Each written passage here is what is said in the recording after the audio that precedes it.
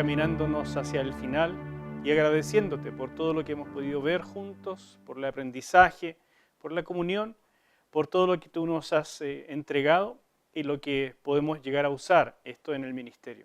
Gracias, Padre, por tus bondades, en el nombre de Jesús. Amén. Bien, estamos en la clase número 9.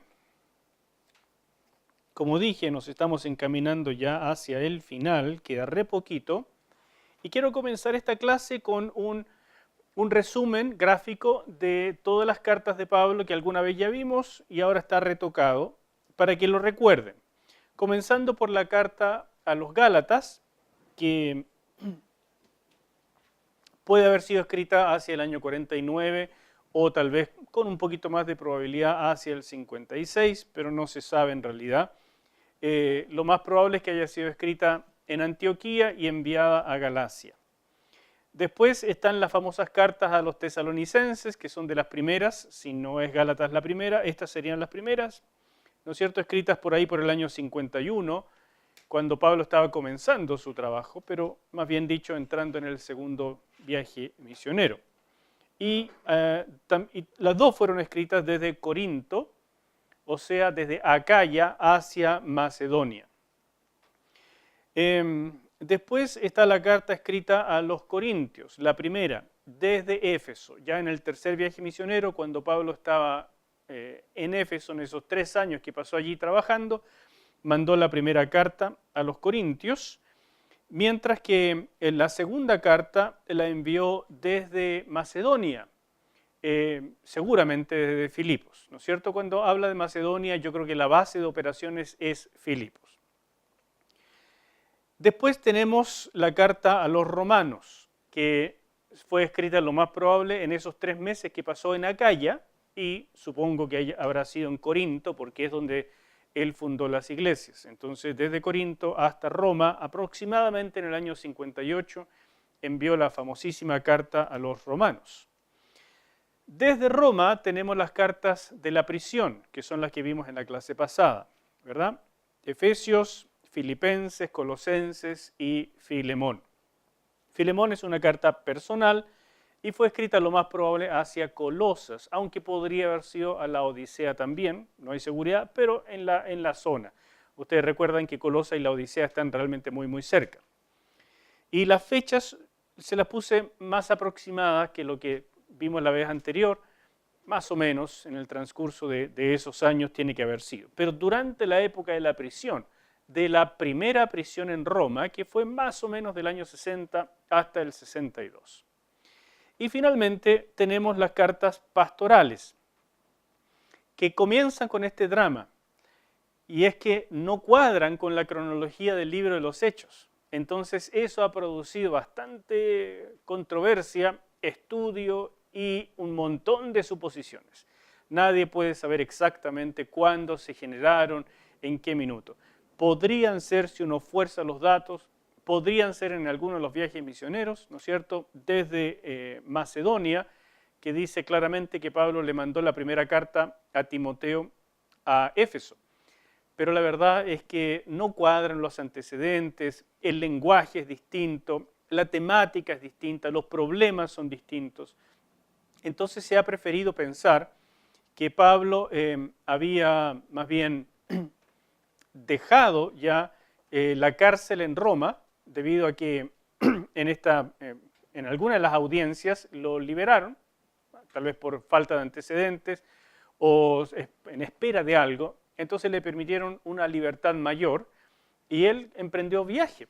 Y desde el año 62, de ahí hasta el 67, en que él fue decapitado, estuvo relativamente libre, viajando por distintas partes. Sabemos que viajó a Filipos, o sea, a Macedonia, que tenía la intención de viajar a Asia, a Éfeso, y que estuvo con Tito en Creta. Y también nos da el dato, él, de que pasó por Corinto y que pasó por Mileto. Así es que estuvo en varias partes entre el encarcelamiento de Roma y esta última etapa en que él habría sido ejecutado, ¿ya? Entonces, desde Filipos habría enviado las dos cartas. La primera a Éfeso, a Tito, ¿no es cierto?, pero en el lugar de la ciudad de Éfeso, y la otra a Tito en Creta. Dije Timoteo la primera, ¿no? Sí. Y después él habría sido apresado y desde Roma, en un segundo encarcelamiento y final, hacia el final de sus días, por ahí por el año 66 o 67, habría mandado la segunda carta a Timoteo, que es la última de todas. ¿Bien? Y así seguimos viendo, porque es muy interesante esta etapa que no está incluida en el libro de los Hechos y hay que reconstruirla un poco. Las epístolas pastorales dan a entender que Pablo pudo salir de Roma, es la impresión que dan, y visitar otros lugares, incluyendo posiblemente España, aunque España solamente tenemos el dato de que él tenía la intención, como aparece en Romanos, y existen algunos fragmentos, como por ejemplo lo que dice Clemente de Roma en una carta, y también el fragmento de Muratori, que es otra cosa que se ha encontrado famosa de la época, un poquito posterior por supuesto, pero que afirmaba que Pablo sí pudo viajar a Roma, como les mencioné en la clase donde vimos el tema en los Romanos. Y la tradición casi unánime de la antigüedad es que Pablo murió decapitado en Roma aproximadamente en el año 67. De modo que tienen que formarse este cuadro, este aspecto. Pablo está viajando con relativa libertad desde el año 62 hasta el 67 o 66, pero al mismo tiempo, en el año 64 fue el incendio de Roma, que después Nerón usó como excusa para culpar a los cristianos y por lo tanto provocar la primera persecución que se conoce a los cristianos, que fue muy local, solamente en la ciudad de Roma, pero bastante brutal, y donde comenzaron los cristianos a ser usados para diversión en el circo romano, para ser consumidos por las fieras o también quemados vivos. Hay una tradición, no sabría exactamente cómo llamarlo, pero es algún historiador que dijo que en algún minuto Roma fue iluminada con las antorchas provocadas con los cuerpos de los cristianos.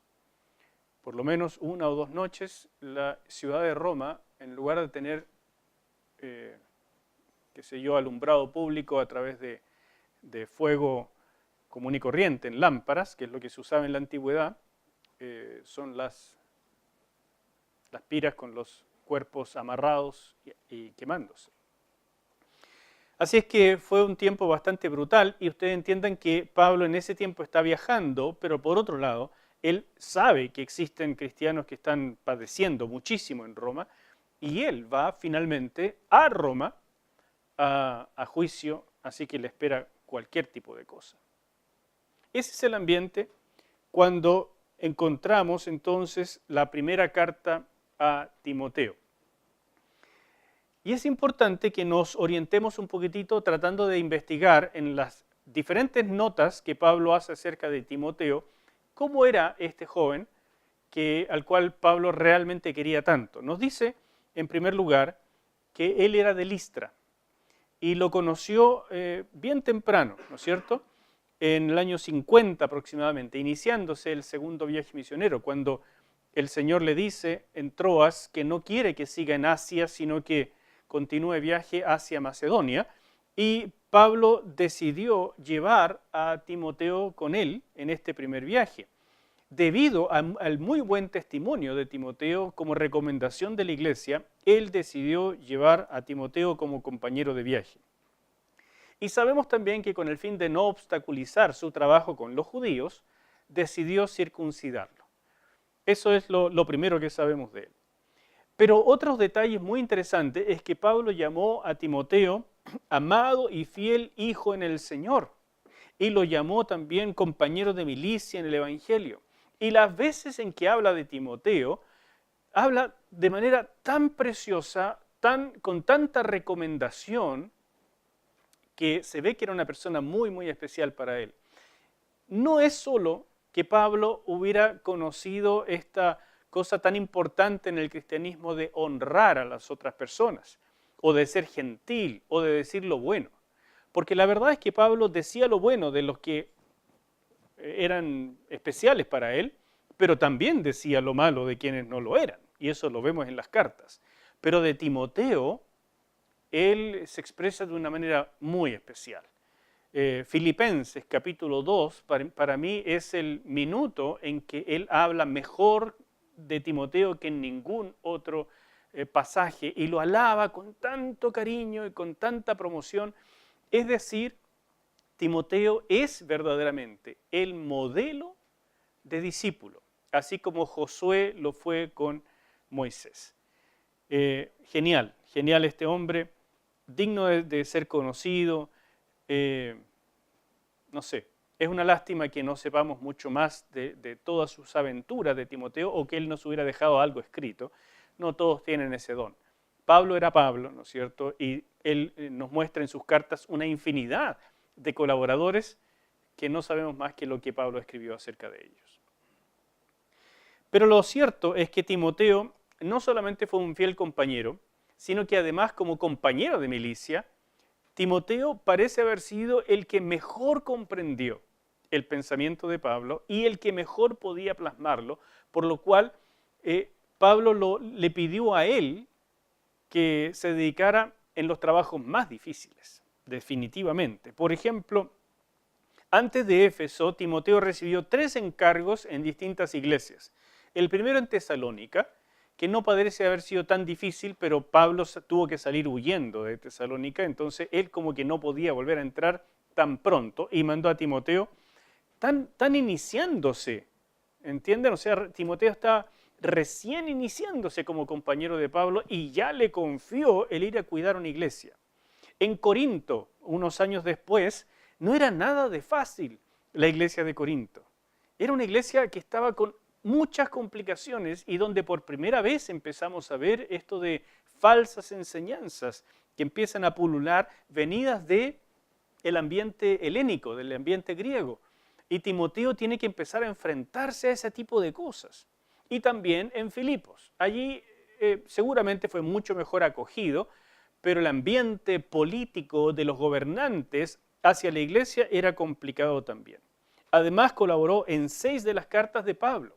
No me refiero a que colaboraran con ideas o escribiendo, pero estaba ahí. Pablo lo menciona. Pablo y Timoteo a. Entonces es un apoyo moral, es un apoyo, él está al lado, es su fiel siervo, a lo mejor le servía también de cartero y llevó varias de estas cartas, en fin.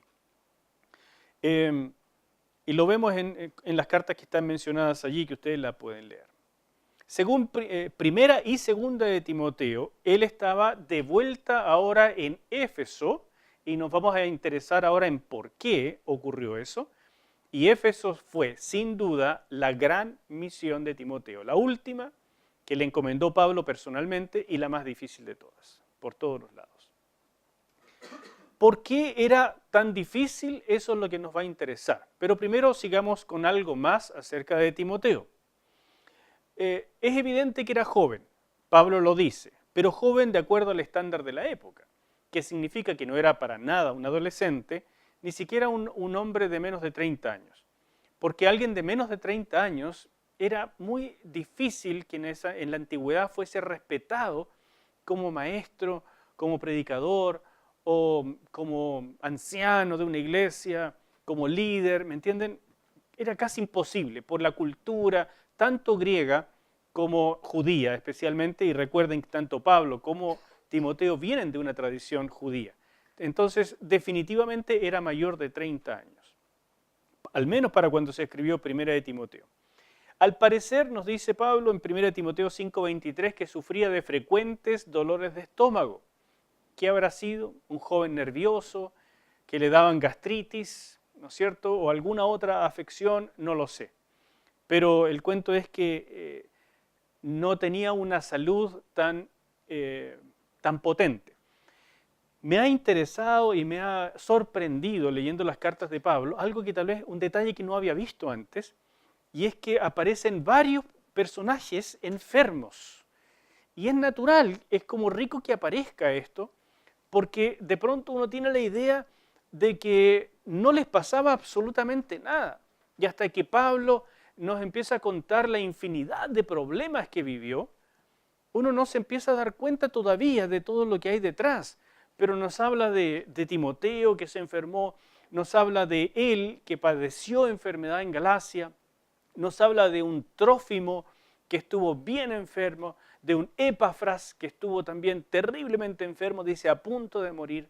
Gracias al Señor que se recuperaron, pero estos viajes a la intemperie, en distintas épocas del año, pasando por el mar, durmiendo a la intemperie en muchas situaciones, teniendo que predicar a cualquier hora del día, donde fuera, durmiendo donde fuera, la gente se enferma, es natural, por sana que sea. Y lo interesante es que esto es parte de la vida, ¿no? Que uno no debe hacerse esta, no sé, como ilusión de que en el ministerio uno queda inmune de las cosas normales de las personas. Somos parte del género humano y vamos a vivir las cosas que la gente vive y de esa manera también nos podemos identificar muchísimo mejor. Porque de todas las cosas que nos ocurran hay que salir por medio de la fe. Nunca crean que hay una especie de dicotomía entre salir de una enfermedad por medios médicos o salir de una enfermedad por medio de la fe. En todo lo que hacemos, salir de un problema psicológico, salir de una ruptura, salir de un problema de relaciones, salir de una enfermedad física, todo tiene que ver con la fe, porque sin la fe no hay una plena restauración. ¿Me explico? Cuando uno está enfermo o hay una ruptura o cualquier cosa, lo primero que ocurre es que la fe se debilita y crece en nosotros el temor. Y precisamente el objetivo, creo yo, por el cual Dios permite esas cosas en sus siervos, es que por medio de la fe venzamos el temor. El opuesto de la fe es el temor y viceversa. Por tanto, la victoria de la fe es superar el temor y seguir adelante confiando en que Dios tiene control de todas las cosas. ¿Se fijan? Entonces las experiencias son necesarias aún las dolorosas. A pesar de su juventud, pudo desempeñar estos trabajos difíciles en Tesalónica y Corinto, aparentemente solo, de manera que coraje no le faltaba a Timoteo. No se hagan la idea de que era un jovencito, tímido, enfermizo y bueno para nada. No, al revés, era un tremendo hombre de Dios. Era un campeón compañero de Pablo, al cual le confió lo más trascendental, aún lo más difícil, pero que definitivamente las vio difícil, las vio duras y por lo tanto no le faltaba coraje. Seguramente las exhortaciones a mantenerse leal y firme se debieron a dos grandes factores en esta última misión a Éfeso sobre todo. La fuerte oposición que iba a enfrentar, ¿no es cierto? Y claro, su juventud que definitivamente en toda cultura hace que los mayores traten de ponerle el pie encima. Tú al final eres un cabrito, no sabes, no tienes experiencia, aprende de nosotros sí que sabemos cómo es la vida. Ese discurso ha estado en toda época, hermanos míos. Entonces, para un joven de unos 30 años, 35 años, tener que trabajar con uno de 55, 60, 70, que eran los ancianos, digamos, nunca iba a ser fácil. Así es que Pablo tuvo que hacerle varias recomendaciones de ese estilo para que no se dejara amedrentar, ni menos aún permitiera que lo despreciaran por su juventud. Hablemos algo de la situación histórica de Pablo y es como volver un poquitito a lo que estaba hablando al principio, pero con un poco más de orden. ¿Qué pasó entre estos años 63 al 67, que decimos fue liberado de la prisión en Roma, de esta prisión relativamente benigna, donde estaba en una casa alquilada y podía recibir gente, solamente que no podía salir de ahí, ¿no es cierto? Prisión domiciliaria. Aparentemente fue liberado, pudo viajar y lo que pasó es que entonces vemos en estas cartas de Timoteo y Tito que él viajaba libremente en el este. Y algunos piensan que primero pasó por Creta y después fue a Éfeso, o sea, dejó a Tito en Creta y seguramente entonces trabajó con Tito en Creta y tal vez con Timoteo también, y después fue a Éfeso y dejó a Timoteo en Éfeso. ¿Ya? Podría haber sido al revés. La verdad es que estamos reconstruyendo. Entonces, a lo mejor fue primero por Éfeso y después a Creta. No lo sé.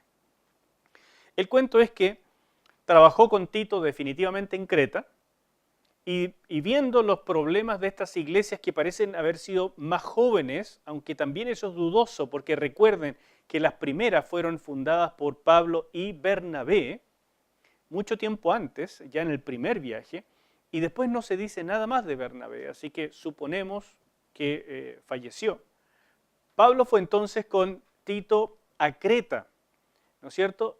Y estas iglesias que se fundaron allí, no tenemos un indicio histórico de cuándo comenzó, cuándo llegó propiamente el cristianismo allí, si había algo por mucho tiempo en ese lugar, pero definitivamente el trabajo que hicieron Pablo y Tito, a lo mejor con Timoteo también, en Creta, produjo entonces unas iglesias bastante jóvenes en ese minuto, y cuando Pablo comenzó a ver que ocurrían allí en Creta cosas similares que él ya sabía de Colosas y que poquito después enfrentó también en Éfeso, dejó a Tito allí en Creta para poder solucionar estas situaciones. Después entonces él continuó viaje hacia Macedonia. Y mientras pasaba hacia Macedonia, fue por Asia. Y por supuesto tenía que llegar a Éfeso, que era la ciudad más importante y donde estaba lo principal de la iglesia de Asia. Pero allí se dio cuenta que se encontró con un problema mayúsculo. Mientras en Creta esos problemas estaban iniciándose, porque las iglesias eran muy jóvenes, en Éfeso ya estaba instalado. Y allí entonces dejó a su carta principal, a su gran ayudante Timoteo. Nada de fácil. No tengo idea por qué no se quedó Pablo mismo, sino que él continuó hacia Macedonia, supongo yo que hacia Filipos, ¿no es cierto? Pero el cuento es que dejó a Timoteo allí. Entonces, en algún momento de todos estos eventos, trató de pasar el invierno en Nicópolis, una ciudad que nunca había mencionado antes, que no teníamos idea de que él había estado por allí, y les voy a mostrar un mapa más adelante dónde queda. No tiene nada que ver con todo lo que hemos visto antes. Y él pretendió en Nicópolis pasar el invierno y le pidió a Tito específicamente que llegara hasta él para pasar el invierno con él, que dejara Creta y fuera a Nicópolis para encontrarse con él, porque definitivamente tenían que trabajar cosas allí. Así que estas epístolas pastorales nos sorprenden con una serie de cosas bien nuevas que no sabíamos antes y que no sabíamos ni de los viajes de Pablo, ni tampoco del lenguaje, ni de la temática. Es muy interesante eso, es novedoso totalmente. Sigo con esto de la situación histórica. Pablo entonces junto a Timoteo iban rumbo a Macedonia a través de Éfeso, cuando en esa ciudad se encontraron con un pequeño, digo irónicamente, ¿no es cierto?, desastre. Algunos falsos maestros, similares a los que halló antes en Colosas y más recientemente en Creta, estaban en proceso de perturbar la iglesia en Éfeso, mientras en Colosas y en Creta era un poquito más sutil y estaba como comenzando. En Éfeso el problema era mayúsculo porque no eran falsos maestros de afuera, sino que eran los propios ancianos de las diversas iglesias hogar en Éfeso que estaban diseminando las falsas doctrinas. Así es que Pablo tomó cartas en el asunto, literalmente por carta, le escribió a Timoteo, y una de las primeras cosas que hace es expulsar de la iglesia. O sea, imagínense, háganse la idea de cómo es Pablo, cómo él podía honrar, realmente acariciar por carta a una persona como Timoteo y ser al mismo tiempo tan firme y hasta duro como decir, saquen a Himeneo y Alejandro, expúlsenlos, no tienen nada que ver, han caído de la verdadera doctrina, tienen que irse. Pero debido a que tenía que continuar viaje hacia Macedonia, dejó a Timoteo en Éfeso para que se encargara de la situación. Y cuando él llegó a Macedonia, insisto, seguramente Filipos, su centro de operaciones allí, entonces él mandó cartas respectivamente a Tito ¿no es cierto?, a Creta, y a Éfeso para Timoteo. ¿Se entiende el cuadro? He tratado de resumir lo que se descubre dentro de las mismas cartas, porque datos históricos externos a la Biblia no existen sobre esto. Pero de lo que conocemos en las cartas, tratando de armar el cuadro, sí, eso es más o menos lo que da. Así que es más o menos importante poder tener esto como un esquema en la mente y así poder hacernos una idea de por qué están siendo escritas estas cosas.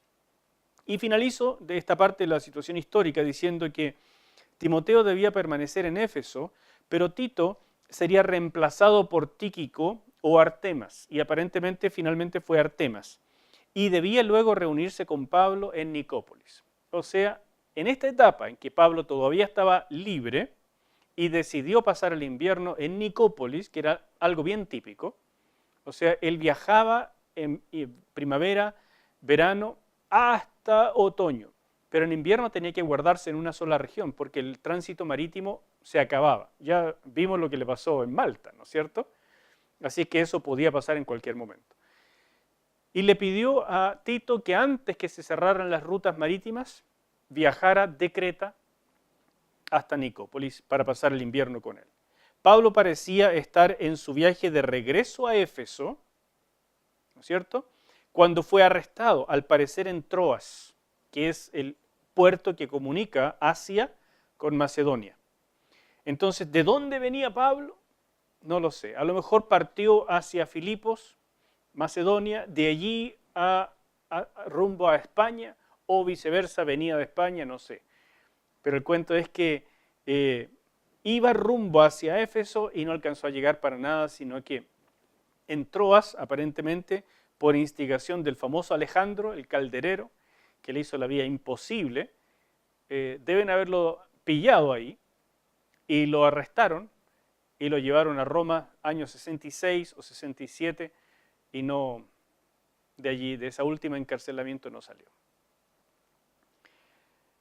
Así llegamos entonces a la primera carta propiamente. Todo esto era el ambiente. Y comenzamos con la primera carta, quiero darle algunas cosillas y vamos a parar para un break. ¿Por qué escribió Pablo Primera de Timoteo? Ya les dije algunos detalles, pero aquí lo dice él explícitamente en el tercer versículo del capítulo 1. Como te rogué que te quedases en Éfeso.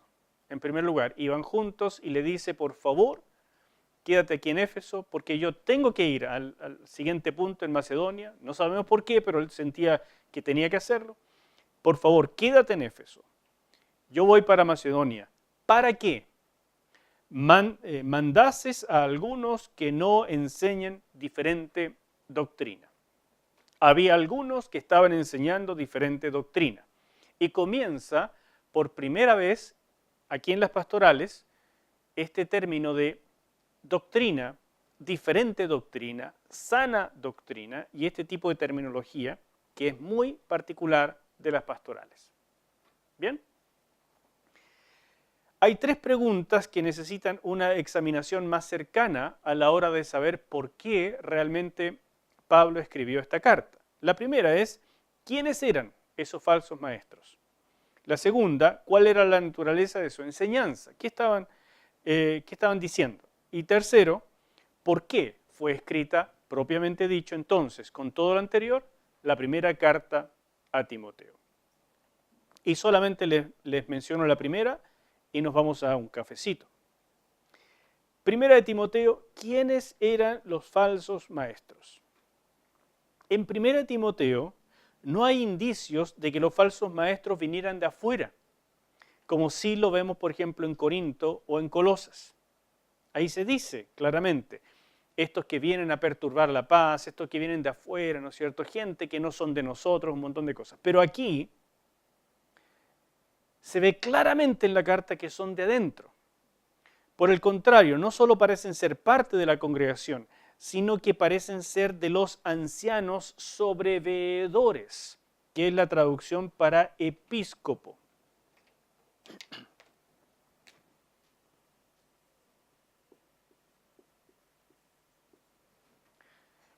¿No es cierto?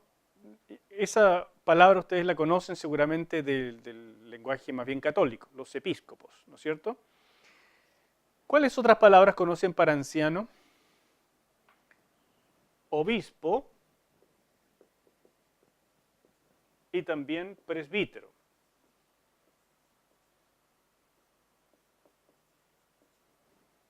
Son las tres palabras que se usan. Esta se usa muy poco, la verdad.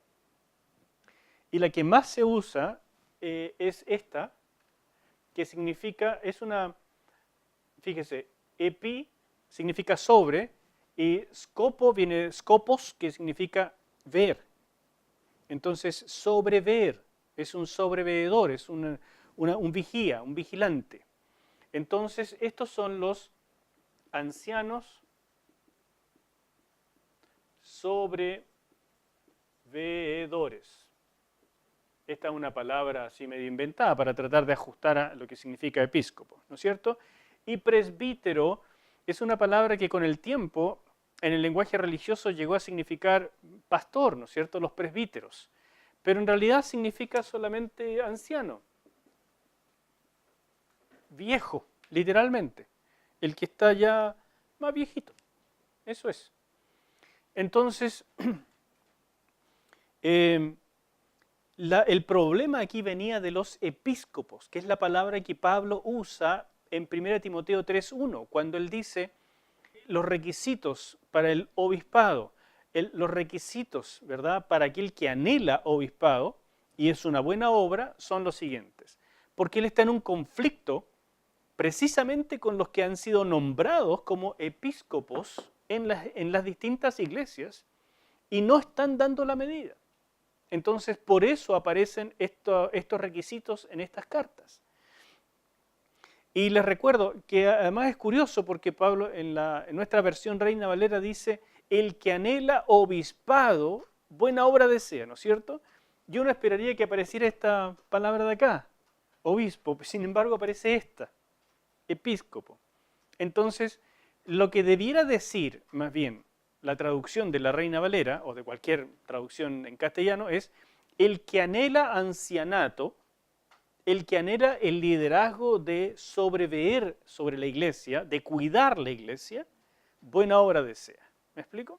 Por alguna razón metieron esta palabra que no cuadra tan bien aquí.